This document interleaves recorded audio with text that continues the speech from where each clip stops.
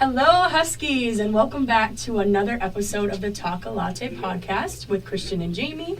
I am Jamie, your host. Unfortunately, I am the only solo host today, but I do have a special guest with me. So, special guest, if you'd like to introduce yourself.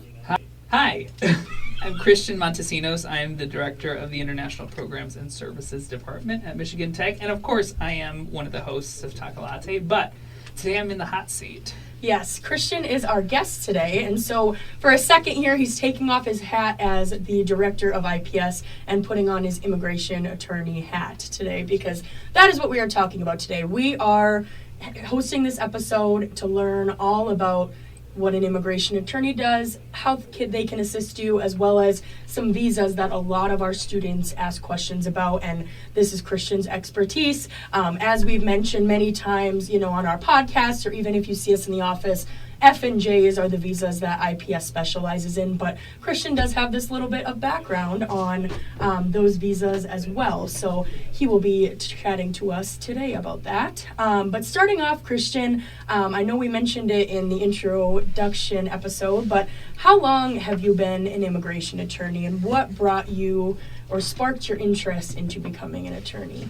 So I've been practicing immigration law for almost 15 years. The first maybe 12 years of my career, I did a lot of courtroom practice. Not courtroom practice, but I was in the courtroom doing a lot of litigation work, deportation defense before the Department of Justice. And after that, I let that go for a little bit to focus more on family-based migration. I worked a lot with asylees and refugees and humanitarian visas, as well as citizenship. And what really led me to this career path is, quite honestly, I took the immigration law class in my law school, and I hated it. I thought it was a terrible class. But it was one of the only times that I felt like I really understood the material. It clicked with me very, very quickly, and it made me very curious about it. So after that, I took another semester to do an independent study on asylum and refugee law. I wrote a scholarly article that was published on asylum law, and then I did an internship in Detroit, Michigan, working with the Middle Eastern community doing deportation defense before I went out and actually started my career doing immigration law. One of the big things that motivated me, quite honestly, to do it was I really take a lot of stock in the fact that I had the privilege of growing up in this country with status, and really fortunate enough to have had a lot of support from my friends and family to continue along this educational path. And it's sort of my way to give back to the migrant community and being able to help them. Yeah, and that's awesome to hear. And I know you were definitely a huge factor in our department and kind of making it so we are more well-rounded now too, and having that side as well. So awesome. And so today you already kind of touched on it, but talking about giving back and the different statuses and visas. So let's start off with the basics. So looking into just visas 101, what are some of the visas that we see commonly at Michigan Tech within our students, or maybe even staff as well, that some of our current students might look into in the future? Yeah, and so every university has some type of international contingency, some type of international population, and all of them can have a variety of statuses when entering or going through their educational journey. The most common visa that we see is the F visa, which is where most of our international students land. That is, like I said, the most common educational-based visa alongside the J visa, which you handle a lot with in our IPS department. There is another educational visa called an M visa, which is for vocational students, which we do not have at Michigan Tech. But other statuses that we see might be dependents of faculty members, international faculty members, which is covered under the H visa. We see individuals that are seeking asylum that are studying here at Michigan Tech. We see DACA holders, and so permanent residents, as well as, of course, natural-born citizens. So we do see a lot of different visa types or categories or statuses on campus. Yeah, and moving back to what you do as well as an immigration attorney, obviously your main cap on Michigan Tech's campus is the director of IPS, but since you do have that background, I guess what are the boundaries on which you're willing to advise for our students in some of these more advanced topics that, you know, a normal director without that background wouldn't answer, because obviously, you know, you have to be strict within your director position, but just for students to know, you know, if they do have those more complicated questions, what are you able to help with? So upon taking this role, it was very clear that I would not represent students in any kind of legal capacity. I do not give students legal advice, as they are not my clients. However, there is a way that I can advise students and guide them through different immigration matters. If something were to come up, or maybe the long-term plan that you may have to be able to continue to be in the United States or stay in the United States, I can definitely give advice towards that. I am able to represent faculty and staff in immigration matters, but at the same time, I'm always very cautious of that line of not giving legal advice, but at the same time giving you something that you can walk away with and plan and strategize through that. Yeah, and a lot of our students, obviously, like you said, are F1 students, and they do, at some point, probably, you know, move to different visas, whether that's their H1B or whatnot. So USCIS, obviously, is where they will do, you know, their change of status for, like, J to F or things like that. But are there any other resources that you would direct them to in that case that they could reach out to if they do need that assistance? Yeah, I think from the legal side and then from the more independent side are the two things that are coming to my mind. So on the legal side, really what governs immigration law is Congress, and Congress delegates that authority, that power, to the Department of Homeland Security, which is split up into these three branches, which is USCIS, ICE, and CBP. USCIS handles a lot of the benefits. So a lot of our students that are applying for a work permit through their OPT, if you are applying to change your status, if you are applying to get an extension of your status, which is not your program, you would go through USCIS. They are a benefits center. If we have ever students, and we do not, but if you are ever finding yourself in that position, or somebody that you know is finding themselves in the position of being detained by immigration or going through immigration proceedings, then that is a separate agency. But from the independent side, definitely there are a lot of nonprofits that handle immigration work. There is a lot of religious entities that handle immigration work, and especially the religious entities handle a lot of refugee assistance. And then, of course, a traditional immigration attorney. Definitely. And I know, talking about these change of statuses, or even, you know, our F1 students, their hopes are probably to go on OPT. And so with that, I thought this would be a good place to put this question. But a topic that comes up pretty often with our students stopping in at the office in a panic is they get this document and it's an RFE. What is an RFE? Is this something to panic about? And how should I go about it if I do receive one of these, whether I'm applying for 12-month OPT or STEM OPT? What's the process for that? RFEs are scary in nature, but not in reality. And they're short for a request for evidence. And this is pretty standard when you have submitted some kind of petition, some kind of application that in the eyes of the immigration officer is not complete, and therefore they need further evidence, further information from you. And this could be very, very simplified. It could be you forgot to submit a passport photo, you forgot to submit the fee, you forgot to sign a document, you submitted an application and are missing a page. And it's just a way to compile a full record for them to be able to render a decision. Now, I do know this sort of ebbs and flows a little bit with the administration, where we see RFEs that can be very, very simple. We could see some of them that are very complex. You know, Michelle from our department handles a lot of our RFEs for particularly OPT and STEM OPT. But they're not anything to be afraid of. If you receive an RFE, definitely come see us, and we can definitely help guide you through how to respond to it and with what information. Yeah, and if you haven't already, Michelle also came on the podcast in season 1 to talk about 12-month and STEM OPT. So if you haven't listened to that, there will be a lot more information on that as well. So make sure to check that out.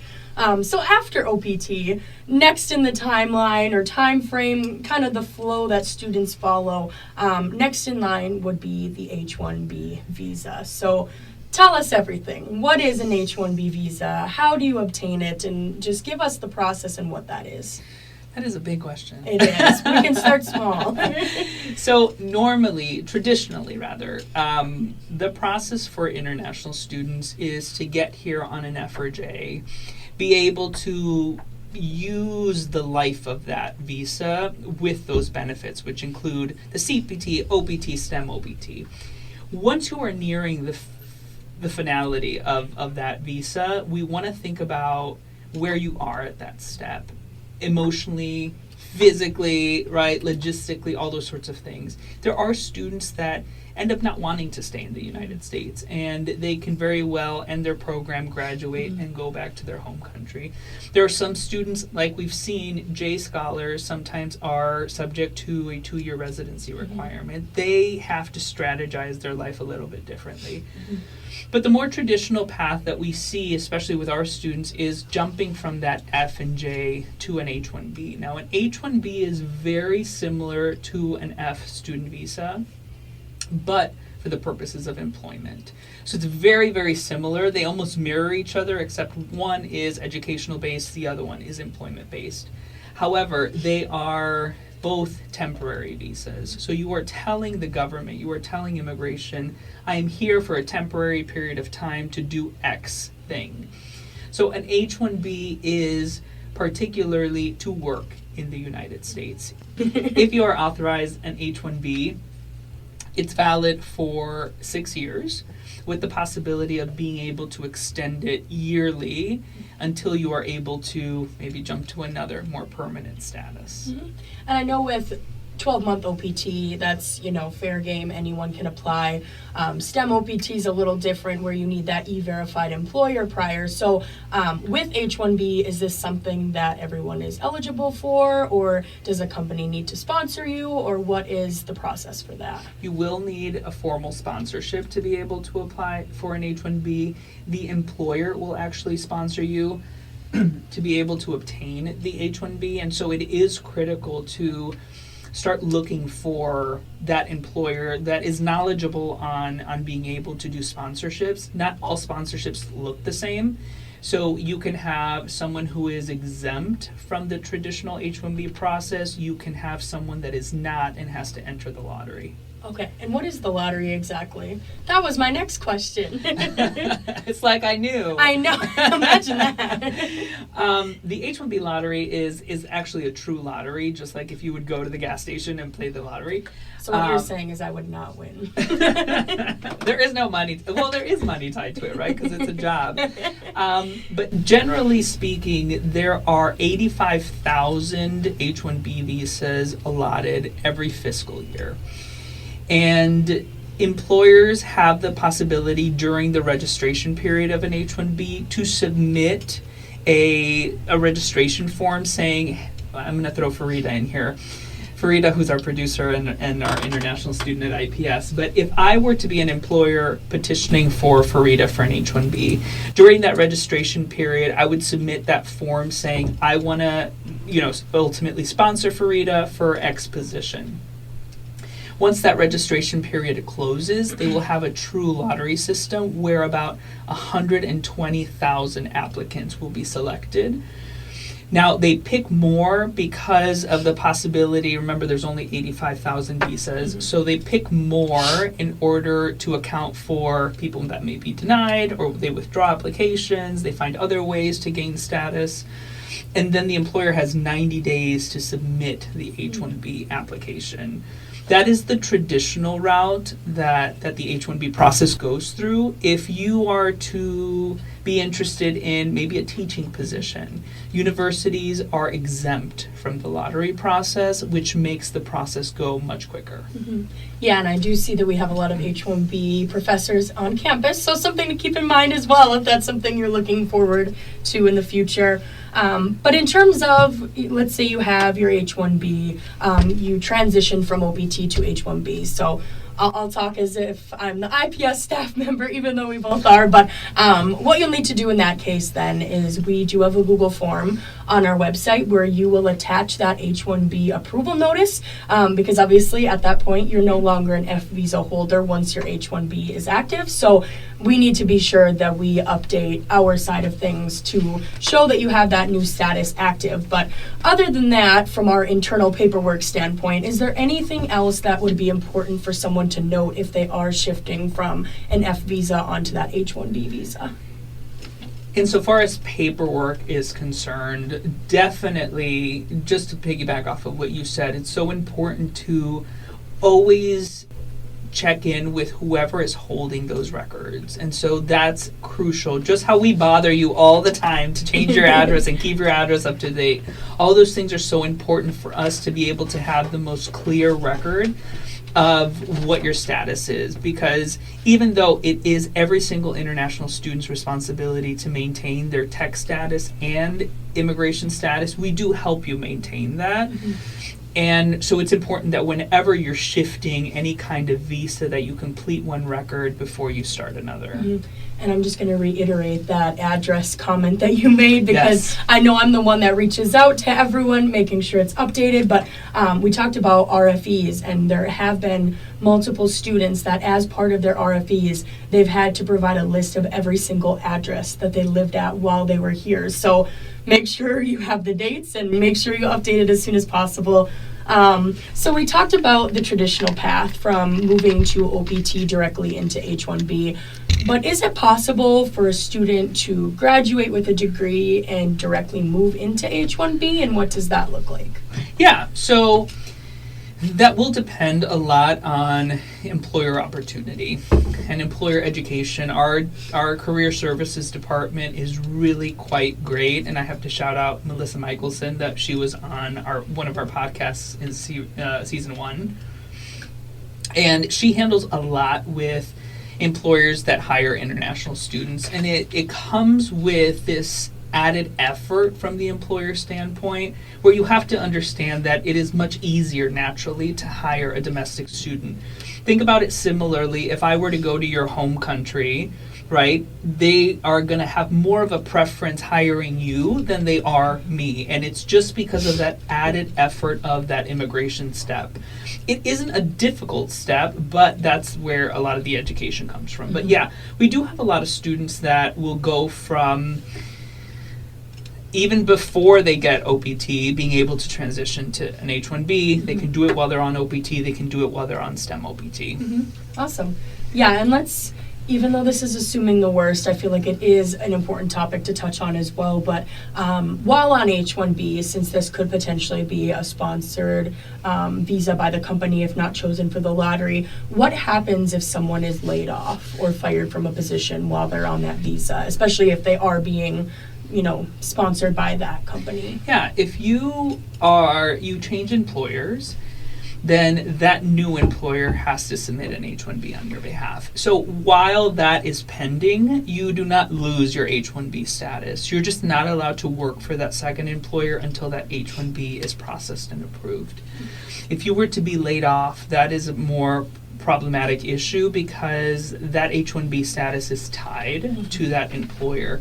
So a lot of people don't, even though they see the benefit of the H1B, they don't want to be tied to a single employer, and especially if you are from countries that we see a lot of backlog in for a green card, India, China, you are technically saying that you will be tied to an employer for up to even 10 years sometimes. And so that does pose a difference in having to strategize your life a little bit.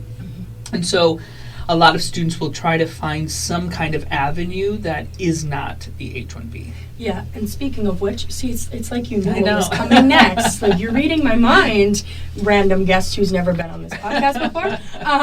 So speaking of which, obviously H1B is the biggest, and that's why we, dedicated so much time to it. But there are other options, and I think that, it's important for us to mention some of those as well, because there are some that are up and coming that have been mentioned a lot more recently compared to other years.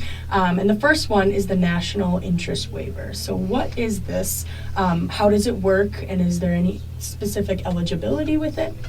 Yeah, so ideally, how a student would transition very kind of seamlessly and to take benefit of their all of their benefits tied to their visas would be to get here on an F&J, do their OPT, ideally be able to do STEM OPT, transition into an H1B through employer sponsorship, and then that employer will then petition for what's called an employment-based visa.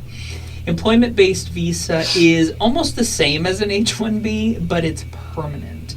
That allows you to obtain your green card. Okay.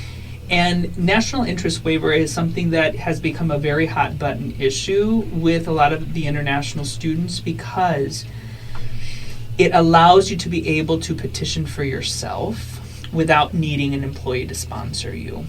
And so the national interest waiver is very tough. I do say this to all of our international students that come and see me with it, because you are essentially competing with every single international student that is trying to get this employment-based national interest waiver.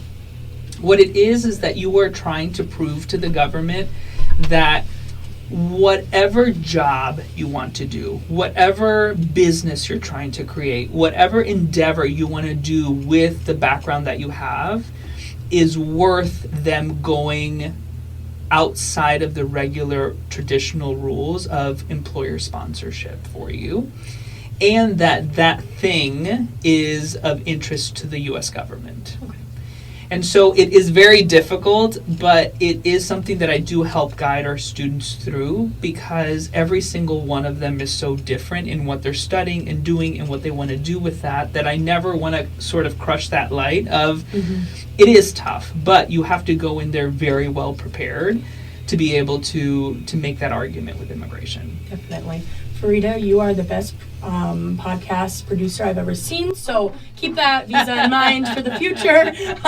So other than obviously, like you said, having that distinct quality about yourself to keep you in the country on this visa, are there any other specific eligibility requirements or any specific documents that need to be submitted for this application? For the employment-based to national interest waiver, is what we call EB2 NIW, is what the shorthand is. You really want to showcase that through a written essay that you compile of all those things that we're hitting. We're hitting what is it that you want to do with your career, how are you able to do that through your educational background, publications, whatever sort of gives value to your resume. And then ultimately, how is that of national interest to the United States, to the government, to the world? And so that will automatically filter in the documents that you need to submit, which are a lot of your credentials. So if you have publications, if you have awards, certificates, of course your degrees, all of those sorts of things will go as that evidentiary value to be able to showcase that you are actually somebody that is qualified to do that thing that you are saying that you can do. Mm-hmm.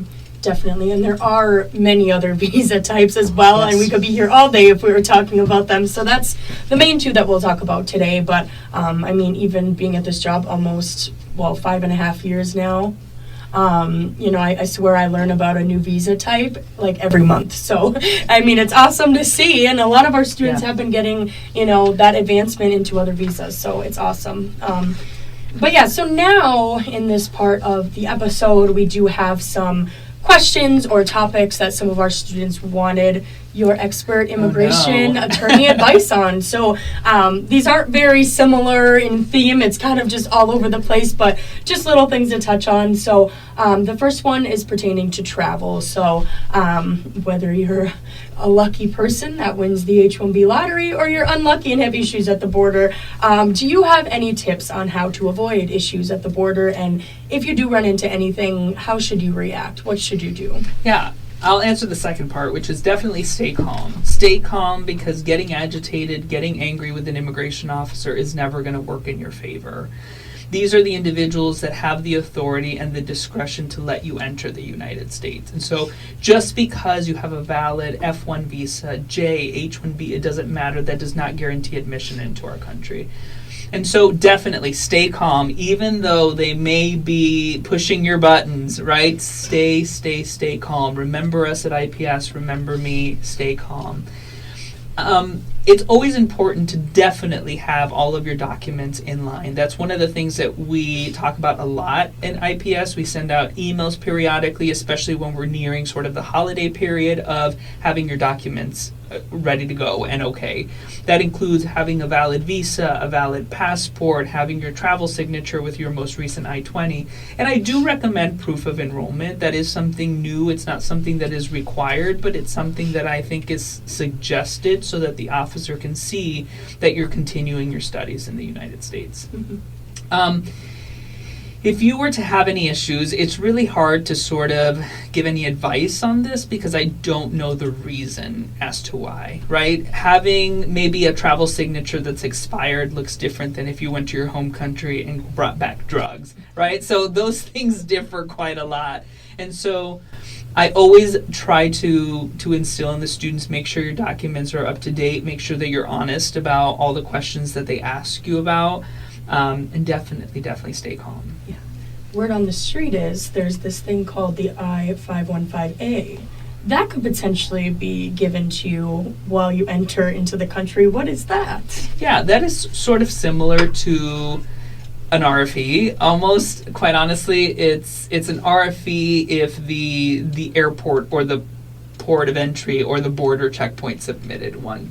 And it's basically like, we're going to let you in, but something is off in the record, and it could be your travel signature is expired. It could be your passport is about to expire. Something more logistical, something more paperwork heavy, that they will let you into the United States, but you have to provide whatever documentation they require within a certain amount of time in order for them not to sort of come after you, right? Or go against your visa. And so the only ones that we've ever done have never really been all that extensive, and so it's not anything to worry about, but definitely if you get one of those, come and see us. Yeah, and it is normally, like you said, a quick time frame, like a 30-day window normally, right, just to submit those documents. So yeah, be sure you come to our office the next open business day if you do get one of those.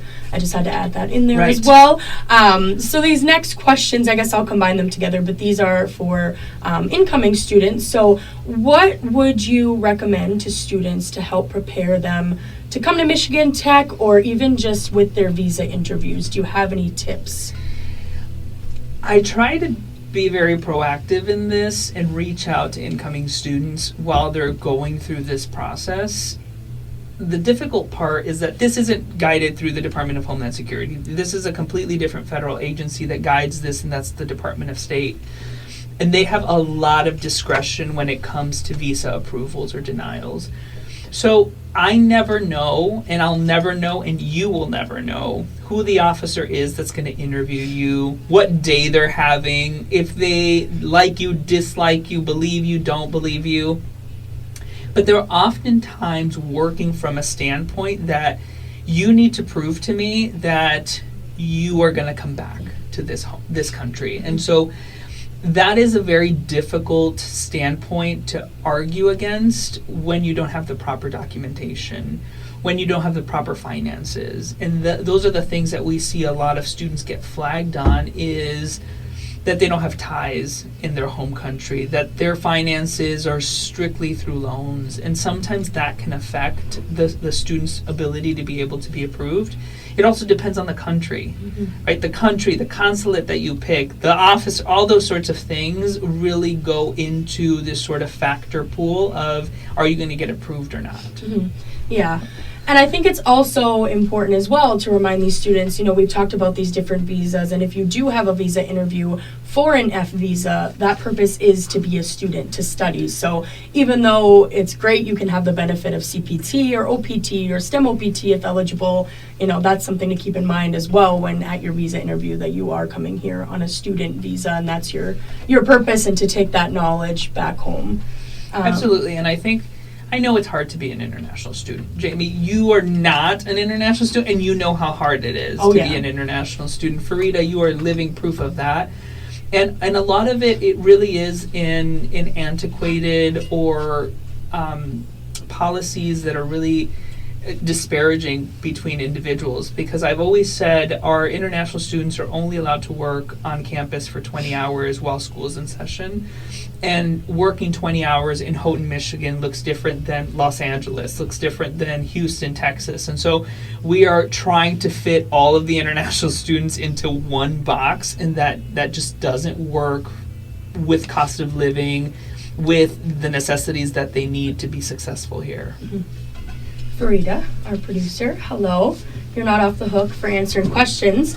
Obviously, as Christian said, you are an international student currently. You've traveled to the country for the first time recently within the past few years. So do you have any special advice for students, maybe that are new coming to the country, or Michigan Tech specifically? Other than tell them to listen to our podcast, because that's number one advice there. As much as we all know that it's a difficult experience, it's also very important to enjoy the experience while it lasts. You may not live in Houghton after you graduate. So enjoy the experience, listen to your DSOs, don't get in trouble.